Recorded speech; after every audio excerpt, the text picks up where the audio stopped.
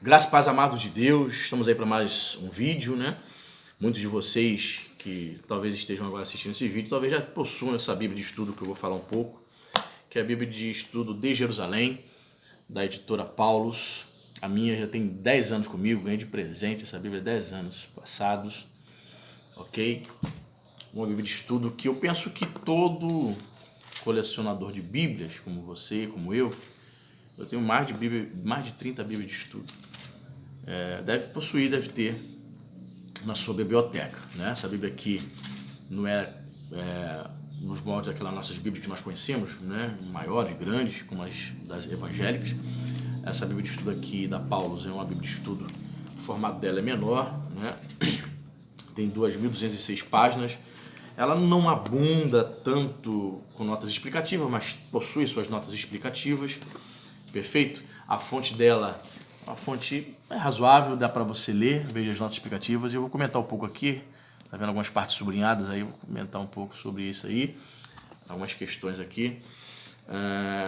Eu penso que todo estudante de teologia, principalmente você evangélico protestante, né, deve ter uma Bíblia de estudo católica na sua biblioteca. Você não pode deixar de ter, para você dar uma conferida aí, para efeito de conhecimento, não para você pregar, né? Para você pregar Macabeus, para você pregar os chamados livros apócrifos, né? Que os católicos não gostam que você chame esse livro de livros apócrifos. Eles dizem que são deuterocanônicos, né? Então, estava até que marcado aqui, eu estava lendo Macabeus, né? Eu estava lendo esse livro histórico à cabeça, tem um livro de Tobias, né? São de livros apócrifos. Então a Bíblia Católica sempre vai ter maior volume por conta desses acréscimos dos chamados deuterocanônicos, mas para nós evangélicos nós não consideramos canônicos esses livros, nós não consideramos inspirados. Os católicos consideram. Detalhe, eles levaram quase 16 séculos para descobrir isso, porque os deuterocanônicos ou apócrifos do Antigo Testamento só foram introduzidos, você sabe, ali no período do Concílio de Trento, que é o Concílio da Contra-Reforma, no século XVI. Perfeito? O que eu vou abordar? O que eu acho dessa Bíblia? A priori, essa versão portuguesa não foram eruditos católicos olhando para o original grego e hebraico e fizeram essa tradução aqui. Não foi. Na verdade, essa edição portuguesa é uma tradução da versão francesa, né? Da versão da Bíblia Nova Jerusalém francesa. Eles falam isso aqui no prefácio. Perfeito? É uma tradução bem distinta, bem diferente das traduções como nós costumamos no viés protestante, ok? Por exemplo, tem poucas notas explicativas. Você vai chegar, por exemplo, aqui no livro de Lucas, capítulo 20. Olha só, as pequenas referências ali embaixo, muito fraco em termos de estudos bíblicos, né? Se você é uma pessoa que procura uma Bíblia com notas de rodapé em abundância, ela não vai te atender, meu Deus. Por exemplo, em alguns momentos, ela vai chegar assim, tentar comentar bastante coisa. Por exemplo, o Evangelho segundo João, no prólogo, capítulo 1 do Logos aqui, ó. Tá vendo? Eles vão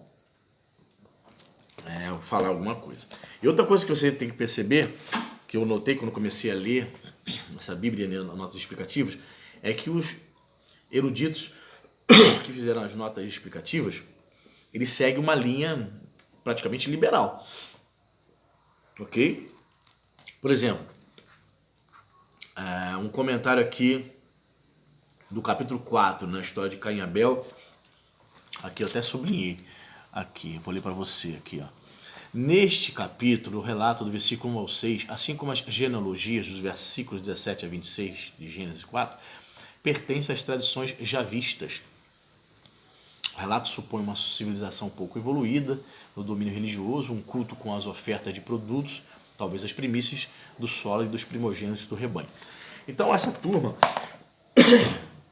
esses teólogos, eles têm algumas questões aí, né? E seguem a teoria documental de que o Gênesis teria sido escrito por vários autores, onde aparece na narrativa hebraica o nome de Javé. Eles dizem que é um autor chamado autor javista, onde aparece o nome de Deus Elohim Eles dizem que são outros autores ou um outro autor elohista, são os autores deuteronomistas, e onde predomina narrativas onde elementos do culto, de sacrifícios estão muito presentes. Eles dizem que algum sacerdote teria escrito. Então Moisés não tem nada a ver com o Pentateuco na concepção desses caras. Essa teoria vai dizer isso. Por exemplo, o trecho da narrativa de Gênesis, onde diz que Deus criou o mundo em 6 dias e descansou no 7º, não teria sido escrito nem por eloísta, nem por javista, nem deuteronomista, tampouco por Moisés. Teria sido escrito por um sacerdote, né? Então é uma teoria, um documento sacerdotal, eles dizem. Por quê? Porque seria um escrito posterior, teria sido enxertado séculos depois no livro de Gênesis para destacar ao Israel, possivelmente pré ou pós-exílico, para falar da necessidade de se guardar o sábado, o Shabat.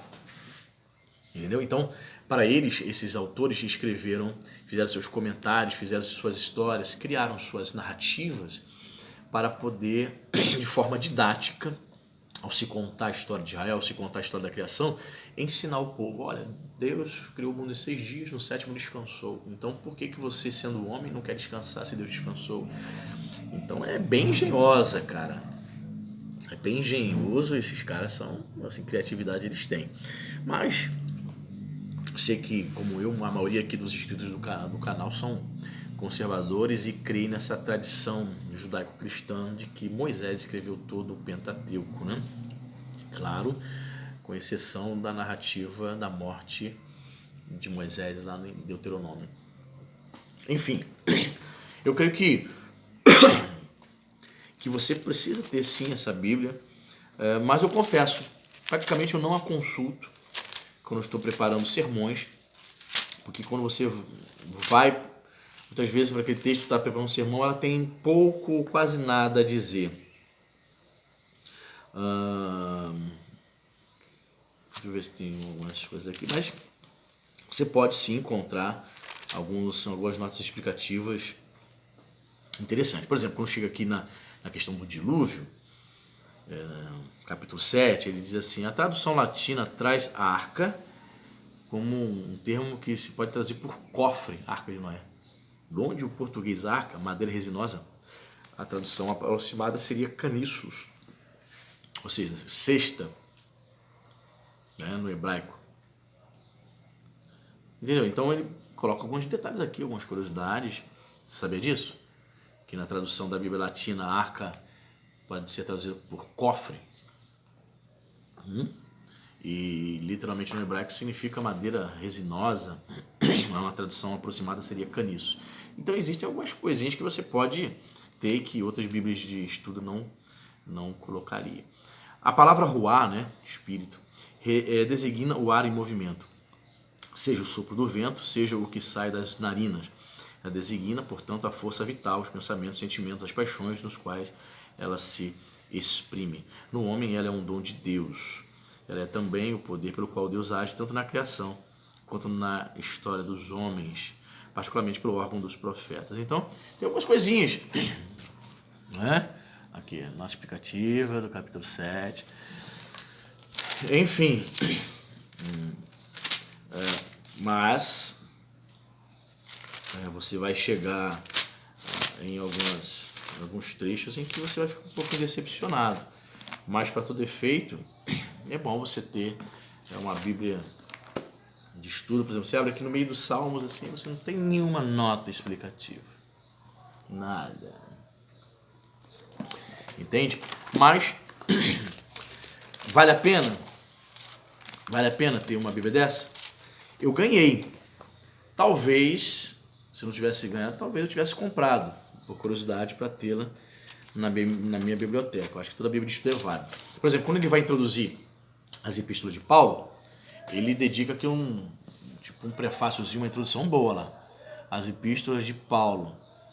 Ele traz aqui, ó, 1, 2, 3, 4, 5, 6, 7, 8, 9, 10, 11 páginas antes de entrar nas epístolas paulinas. Aqui ele entra, certo? traçando um panorama geral acerca da doutrina, da teologia de Paulo nas suas epístolas. Então vou comprar essa Bíblia por causa disso.